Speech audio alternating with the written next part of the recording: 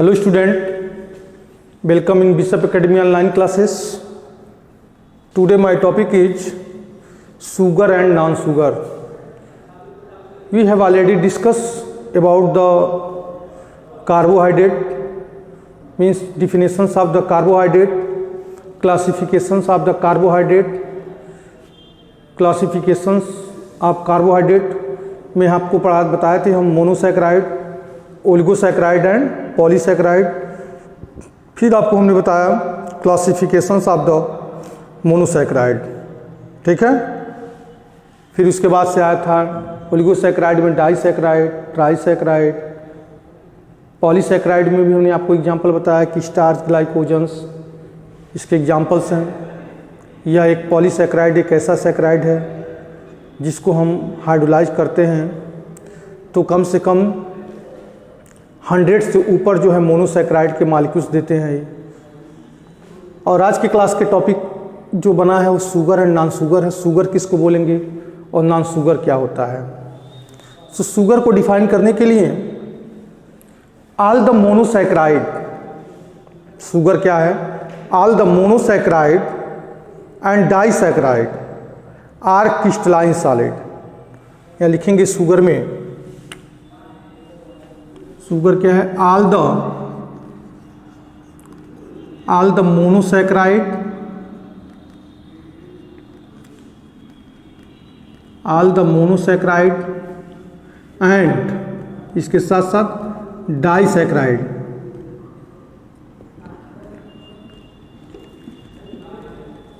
All the monosaccharide and disaccharide are crystalline solid, are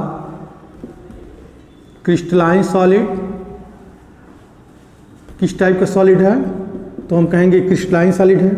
और crystalline solid क्या होता है कि जिनके कांस्टिट्यूएंट पार्टिकल का अरेंजमेंट एक समान दिखाई देता हो। इसके बारे में हम डिस्कस करेंगे जब आपको हम सॉलिड स्टेट पढ़ाएंगे, तब हम बताएंगे क्रिस्टलाइन सॉलिड क्या है। तो all the monosaccharide and disaccharide are crystalline solid and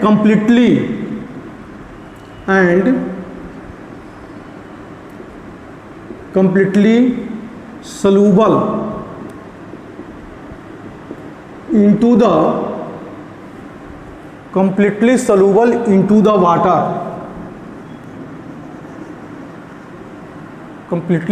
into the water and have sweet taste। कैसा टेस्ट होता है तो हम कहेंगे कि इसका टेस्ट स्वीट टेस्ट है। And have sweet taste are called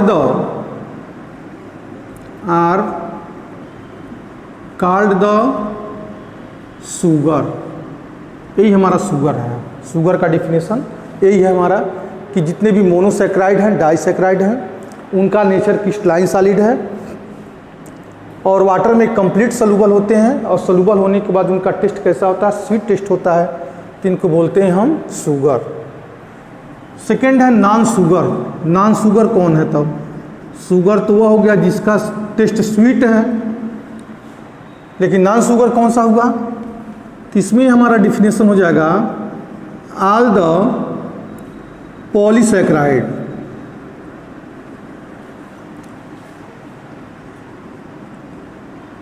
all the polysaccharide are amorphous solid, amorphous solid। यह amorphous solid क्या है? एक ऐसा सॉलिड जिसमें कांस्टिट्यूएंट पार्टिकल का अरेंजमेंट थोड़े समय के लिए तो रेगुलर हो, लेकिन अगर पूरा उसका एनालाइज करें तो उनके कांस्टिट्यूएंट पार्टिकल का जो अरेंजमेंट होता है वह इरेगुलर होता है। कैसा होता है? इरेगुलर होता है। तो ये चीज़ है all the polysaccharide are amorphous solid, ठीक है। And insoluble, not soluble, and insoluble into the water, insoluble into the water and insoluble into the water and have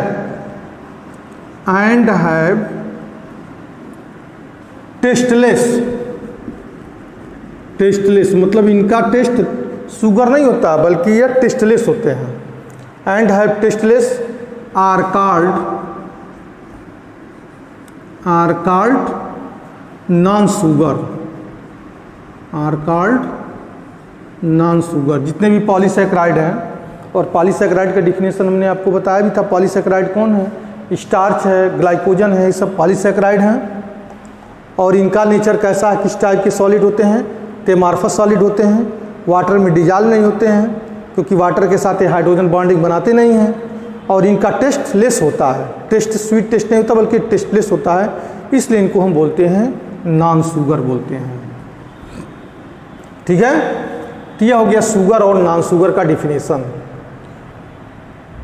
अब इसके बाद जो न्यू टॉपिक बनता है वो आता है कि रिड्यूसिंग शुगर क्या है और नॉन रिड्यूसिंग शुगर क्या है।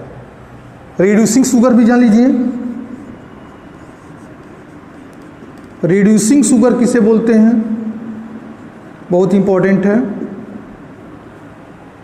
रिड्यूसिंग शुगर में हम पढ़ेंगे ऑल दोज कार्बोहाइड्रेट,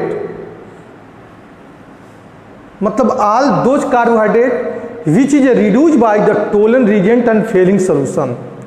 ऐसे कार्बोहाइड्रेट में जो रिड्यूज हो जाते हैं टोलन रिएजेंट और फेलिंग सोल्यूशन के द्वारा, तो उनको बोलते हैं हम रिड्यूसिंग शुगर। ठीक है, अब all the monosaccharide as well as disaccharide में तो नहीं आएगा, मोनोसैकेराइड में हो सकता है। All the monosaccharide such as the aldose and ketose are reducing sugar. तो रिड्यूसिंग शुगर का डिफिनेशन क्या लिखेंगे? All those carbohydrate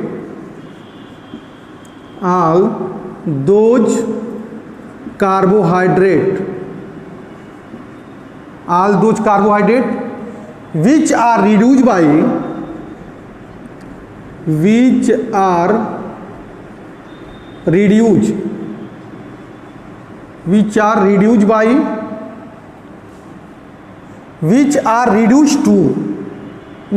reduced by Tollen reagent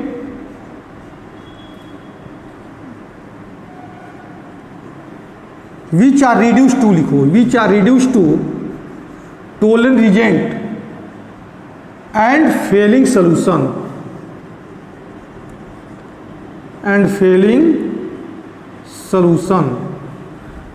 all those carbohydrates which are reduced to tolerant reagent and failing solution are called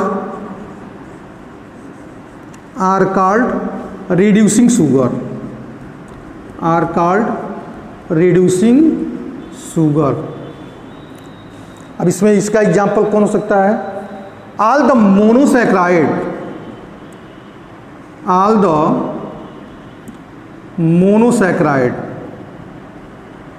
monosaccharide क्या होता है आपको पता होना चाहिए कि मोनोसैकेराइड वह होता है जिसका फर्दर हाइड्रोलाइज नहीं किया सकता, वह नहीं टूटता है। डाइसैकेराइड टूटेगा 2 में, ट्राइसैकेराइड टूटेगा 3 में, टेट्रासैकेराइड टूटेगा 4 मोनोसैकेराइड में, लेकिन मोनोसैकेराइड पुनः जो उसका हाइड्रोलाइज नहीं किया सकता, उसी को मोनोसैकेराइड बोलते हैं। जैसे ग्लूकोज हुआ, फ्रक्टोज हुआ, ग्लैक्टोज हुआ, ये सब हमारे मोनोसैकेराइड के एग्जाम्पल्स हैं।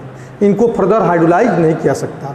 सुक्रोज हमारा डाइसैकेराइड है, इसको तोड़ा जा सकता है। इसको हाइड्रोलाइज करते हैं तो 2 मॉलिक्यूल मिलते हैं कार्बोहाइड्रेट के, एक ग्लूकोज होता है और दूसरा फ्रक्टोज होता है। तो यहाँ लिखेंगे are reducing sugar all the monosaccharide such as aldose का मतलब चाहे वो एल्डिहाइड हो, सच एज एल्डोज एंड कीटोज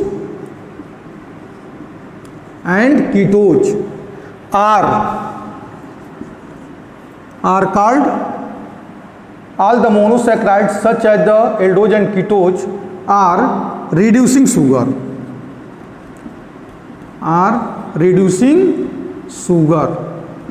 कैसे? एग्जाम्पल के रूप में देख लिया जाए कैसे रिड्यूस हो रहा है। ये हमारा ग्लूकोज है CHOH का 4 टाइम्स एंड CH2OH, इस स्ट्रक्चर को प्रपोज किया था बेयर ने, इसको बताया था बेयर ने। कैसे टोलेन रिएजेंट के द्वारा रिड्यूस हो रहा है, तो प्लस 2Ag NH3 का whole twice plus charge and plus 3OH। Aldehyde ketone और कार्बोक्सिलिक एसिड में आपको हमने बताया होगा टोलेन रिएजेंट और फेलिंग सोल्यूशन का रिएक्शन, तो ही टोलेन रिएजेंट हमने यहाँ पे लिखा हुआ है। रिएक्शन करेगा तो क्या बनाएगा, COO पर निगेटिव चार्ज CHOH, क्योंकि यही एल्डिहाइड है। CHO क्या हमारा एल्डिहाइड है, CHO क्या हो जाएगा, ऑक्सीडाइज हो जाएगा, और टोलेन रिएजेंट हमारा रिड्यूस हो सकता है। तो CHOH का whole 4 and CH2OH and plus 2Ag and plus 4NH3 and plus 3H2O। 3H2 नहीं आएगा, 2H2 होगा, बैलेंस करेंगे तो 2H2 हो जाएगा। ये 3 हाइड्रोजन और एक इसका हाइड्रोजन, 4 हाइड्रोजन, तो 2H2O। ठीक है, ग्लूकोज क्या हो गया, ऑक्सीडाइज हो गया। किसके द्वारा ऑक्सीडाइज हुआ, टोलेन रिएजेंट के द्वारा। और टोलेन रिएजेंट क्या हो गया, रिड्यूस हो गया। यानी कि silver ammoniacal solutions of the silver, मतलब यह अमोनिकल सिल्वर सॉल्यूशन है, अमोनिकल सिल्वर सॉल्यूशन है। तो ये सिल्वर हमारा रिड्यूस हो गया किस में, Ag में। किस में रिड्यूस हो गया, Ag में। NH3 बनाओ, 2H2O बनाओ। इसके साथ साथ हम फेलिंग सॉल्यूशन के द्वारा भी इसका रिडक्शन दिखा सकते हैं। CHOH का 4 times CH2OH and plus 2Cu पे plus charge and plus 5OH पर माइनस चार्ज बनाएगा क्या, ये COO पर निगेटिव चार्ज CHOH का 4 times and CH2OH and plus Cu2O and plus 3H2O। यहाँ भी ऑक्सीडाइज हो गया। तो इसको क्या बोलेंगे हम, रिड्यूसिंग शुगर। या क्या हमारा मोनोसैकेराइड है, क्या है हमारा, ये मोनोसैकेराइड है। क्यों मोनोसैकेराइड है, क्योंकि इसका फार्मूला क्या, किसका फार्मूला है, तो ये ग्लूकोज का फार्मूला है। अब ग्लूकोज किस में आता है, मोनोसैकेराइड में आता है। ये भी ग्लूकोज है, किस में आता है, मोनोसैकेराइड में है। तो चाहे वो मोनोसैकेराइड में, अब मोनोसैकेराइड है तो ग्लूकोज है, तो है क्या है, एल्डिहाइड। CHO जुड़ा हुआ है तो क्या है, एल्डिहाइड है। ठीक है, अब एल्डिहाइड है तो इसको पढ़ेंगे क्या हम, एल्डोज। अगर एल्डिहाइड है तो उसको क्या पढ़ते हैं हम, एल्डोज। तो एल्डोज हुआ चाहे कीटोज हुआ, दोनों जो टोलेन रिएजेंट और फेलिंग सॉल्यूशन के द्वारा फेलिंग सॉल्यूशन को रिड्यूस कर रहे हैं और स्वयं ऑक्सीडाइज हो रहे हैं, उस टाइप के शुगर को हम बोलेंगे, हम रिड्यूसिंग शुगर बोलते हैं। अब आता है नॉन रिड्यूसिंग शुगर क्या होता है। नॉन रिड्यूसिंग शुगर को भी देख लिया जाए। नॉन रिड्यूसिंग शुगर थोड़ा सा टफ है, इसको आपको समझना पड़ेगा अच्छी तरीके से, तभी समझ में आएगा, क्योंकि इसका स्ट्रक्चर ही ऐसा है कि जो तुम अभी तक जो है तुम्हारे लिए ऐसा स्ट्रक्चर तुमने न तो पढ़ा है न अभी तुम लोग जो है इस टाइप के स्ट्रक्चर को बनाने के लिए सीखे ही हो। तो इसमें लिखेंगे नॉन रिड्यूसिंग शुगर में non reducing sugar. Non reducing sugar क्या है, all those carbohydrate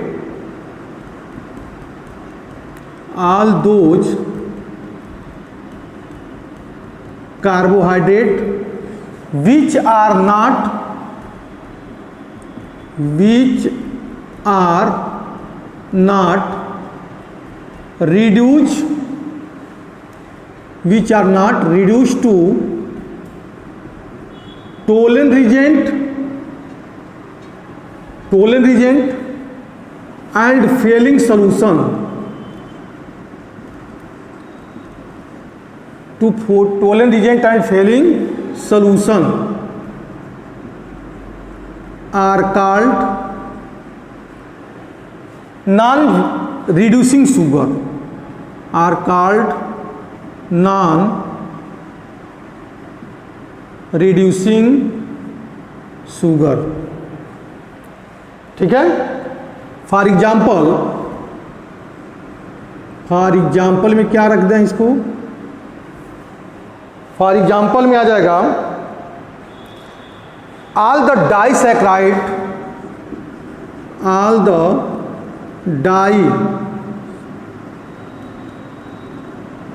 the disaccharide such as sucrose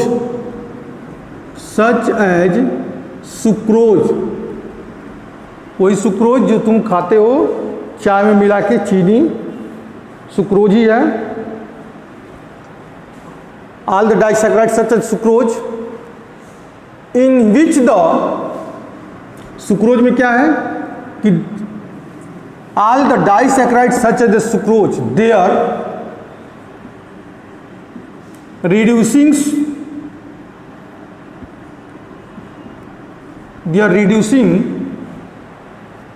क्या लिखेंगे, they are reducing center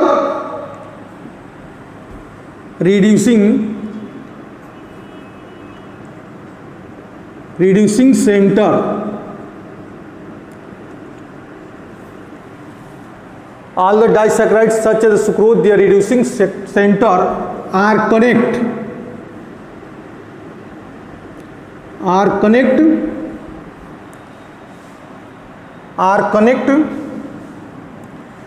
to each other। इसका सेंस थोड़ा समझने में तुमको दिक्कत होगा। All those carbohydrates which are not reduced to tolerant reagent and filling solution are called non-reducing sugar। For example में दिया all disaccharides such as sucrose they are reducing center are connected to each other। ये कैसे हो गया, sucrose का formula होता है C12H22O11 plus H2O के प्रेजेंस में इसको हाइड्रोलाइज कराएंगे तो मिलेगा एसिड के प्रेजेंस में H2O, इसका हाइड्रोलाइज करा है एसिड के प्रेजेंस में तो C6H12O6 प्लस C6H12O6 यह ग्लूकोज हो गया और यह क्या हो गया हमारा फ्रक्टोज हो गया। ये ग्लूकोज मिला और दूसरा क्या मिला, फ्रक्टोज मिला। यह ग्लूकोज एल्डिहाइड के फॉर्म में है और यह फ्रक्टोज किस फॉर्म में है, कीटोनिक के फॉर्म में है। जब इसका हम फिशर प्रोजेक्शन स्ट्रक्चर बनाते हैं, पहले बेयर का स्ट्रक्चर बनाओ इन सब का। ग्लूकोज का बेयर की स्ट्रक्चर हम बना रहे हैं तो हो जाएगा CHO, ध्यान दीजिएगा इसका स्ट्रक्चर में 1 कार्बन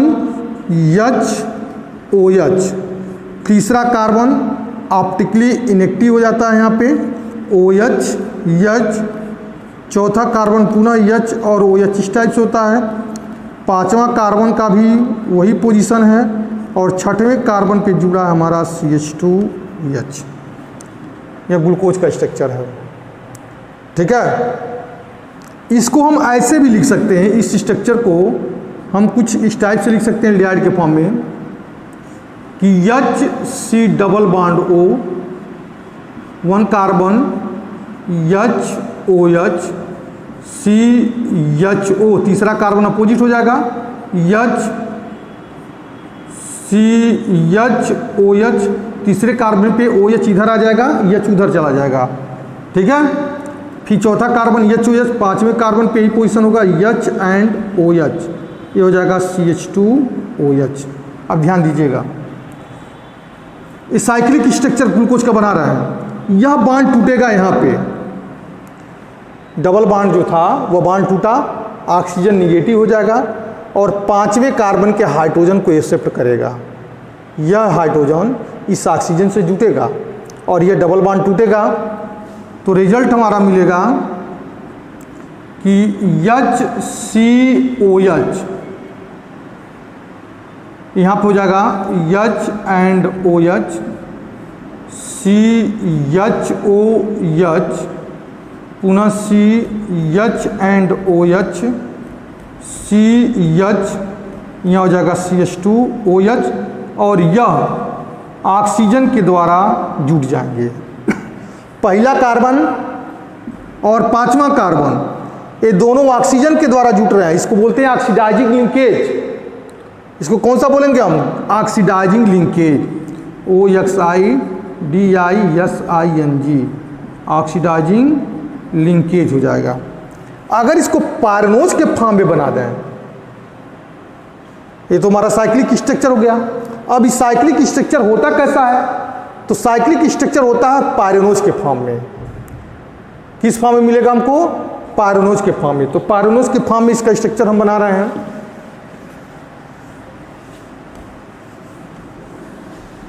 जैसे हमको समझाना है कि नॉन रिड्यूसिंग सुक्रोज अगर नॉन रिड्यूसिंग शुगर है तो क्यों है, क्यों नहीं सुक्रोज जो है रिड्यूसिंग शुगर बना? तो सुक्रोज में दो मालिक्यूल मिले, जब इसका हाइड्रोलाइज करते हैं तो एक बनता है ग्लूकोज और दूसरा बनता है फ्रक्टोज। तो ग्लूकोज का साइक्लिक स्ट्रक्चर यह हो जाएगा। अब इसको हम पायरेनोज के फॉर्म में रिप्रेजेंट कर रहे हैं। पायरेनोज के फॉर्म में इसका स्ट्रक्चर इस टाइप से होगा, ठीक है। यहाँ पहला carbon C1, C2, C3, C4 या C5 है और यहाँ पे CH2OH ये छठवां कार्बन है। यहाँ पे हो जाएगा हमारा पहले कार्बन से H और OH है। देखिए यहाँ पे पहले कार्बन से H और OH है, दूसरे कार्बन पे भी H एंड OH है, तीसरे कार्बन पे OH ऊपर है, H नीचे है, चौथे कार्बन पे H ऊपर है और OH नीचे है, पांचवें कार्बन पे CH2OH ऊपर है और यहाँ पे हो जाएगा हमारा H। इसको बोलते हैं हावर्थ स्ट्रक्चर। ये पायरेनोज के फॉर्म में है, ये ग्लूकोज का पायरेनोज के फॉर्म में है। और पायरेनोज में ये कौन सा स्ट्रक्चर है? तो हावर्थ स्ट्रक्चर है। ये C1 पहले कार्बन से H और OH जुड़े हुए हैं। अब ऐसे ही फ्रक्टोज का स्ट्रक्चर बनेगा। यह तो स्ट्रक्चर हो गया किसका? ग्लूकोज का हो गया।